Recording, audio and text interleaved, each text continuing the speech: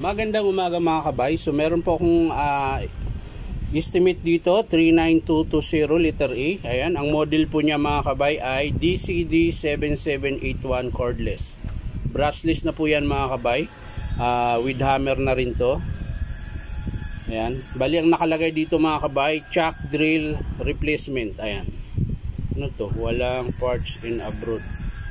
Ibig sabihin galing pa ng abroad to. Ayan, so ang papalitan dito mga kabay, chuck ulit. Ayan, ayan, papakita ko sa inyo mga kabay. Ayan, hindi na po bumubuka yung chuck. Ayan, tulad to nung nakaraan, yung kinating ko lahat. Ito din yung ganito din yung nung nakaraan. So ayan mga kabay.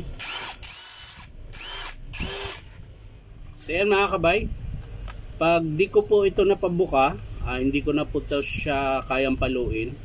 So ang gagawin ko, kakatingin ulit. Pero kung napabuka ko to at nakalas ko pa siya ng palo, hindi ko nakakatingin. So ayan mga kabay, hindi na po kayang bukahin to dahil ikot na lang po ng ikot. So kakatingin na naman natin to mga kabay.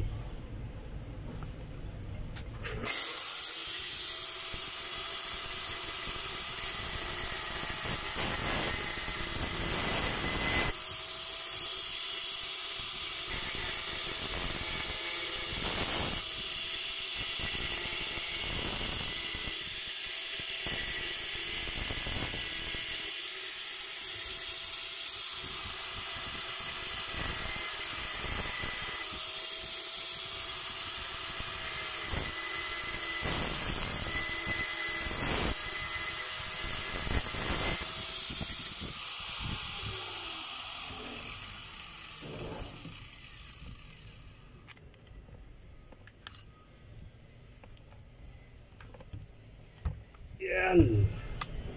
Ano, tigas din.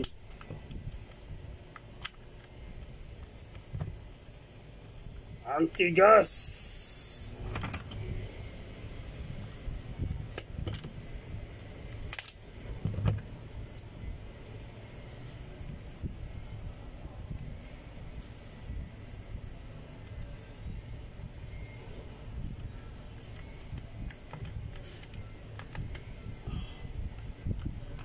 Hindi na talaga siya naiikot mga kabay.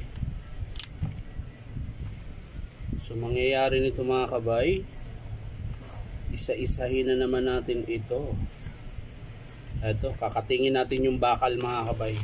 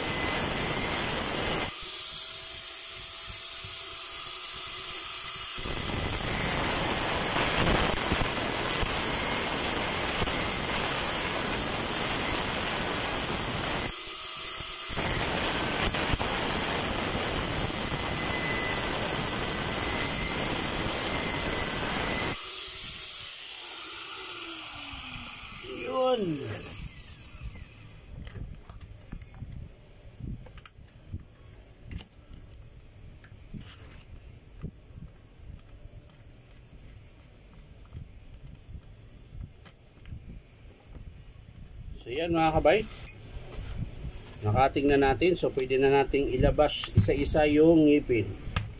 Yan, lalabas na natin isa-isa. Ngunit hindi yan lalabas dahil yan, kailangan isa-isa lang mga kabay. Yan, madali na lang siya pag nakalas mo yung isa eh. Yan. Tapos ayun, meron ulit lock sa loob. So tatanggalin po natin yung lock mga kabay bago natin makalas yung chuck. So yan mga kabay, hindi ko po siya makalas yung alin. Ayan, yung nasa loob po. So kakatingin ko po dito para po ma-dukot.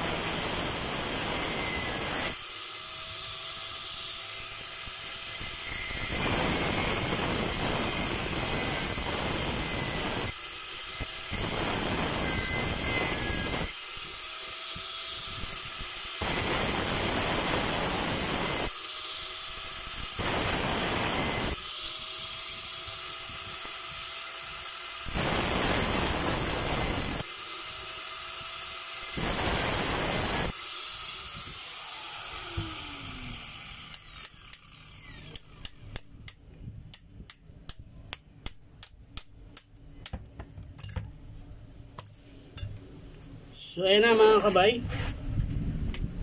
Yan po yung kakalasin natin ito.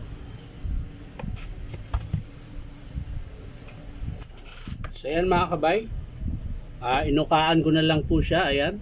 Para po masundot natin ang impact range. Ayan.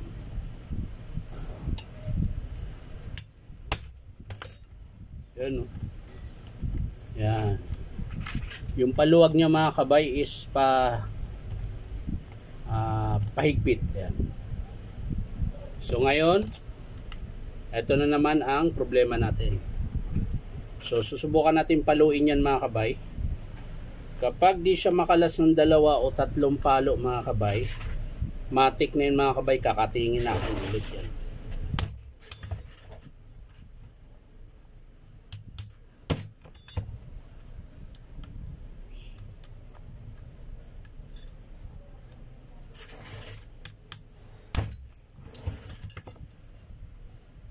So yan mga kabay, wala. So kakatingin natin yan mga kabay.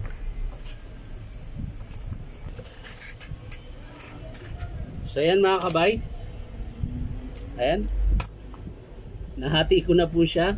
At saka lumabas na po yung pinaka thread ng chuck.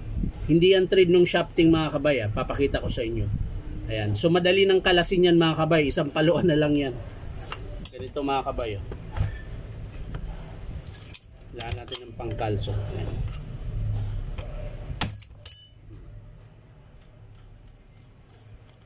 So ayan mga kabay, wala pong tama yung pinaka spindle ng unit. Ayan.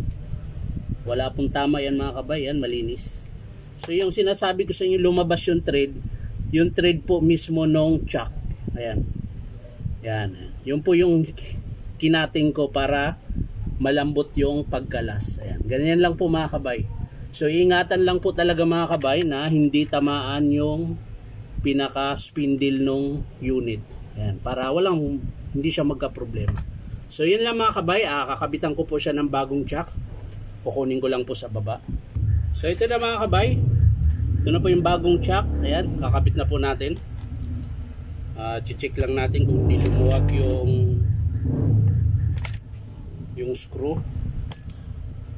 yung screw ng spindle. Ayan. So ayan mga kabay, okay pa. So kakabit na po natin ito mga kabay.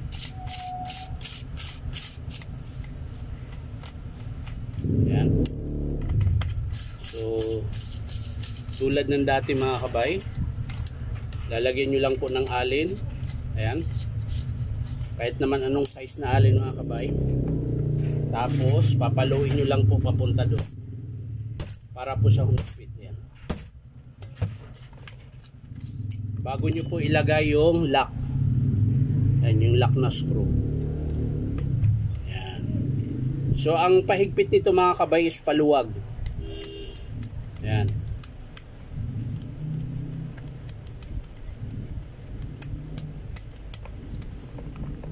Yan. So Okay na mga kabay. Testing natin.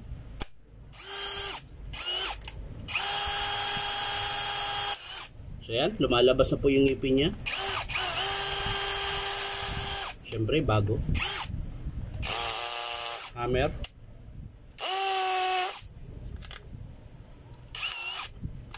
Screw.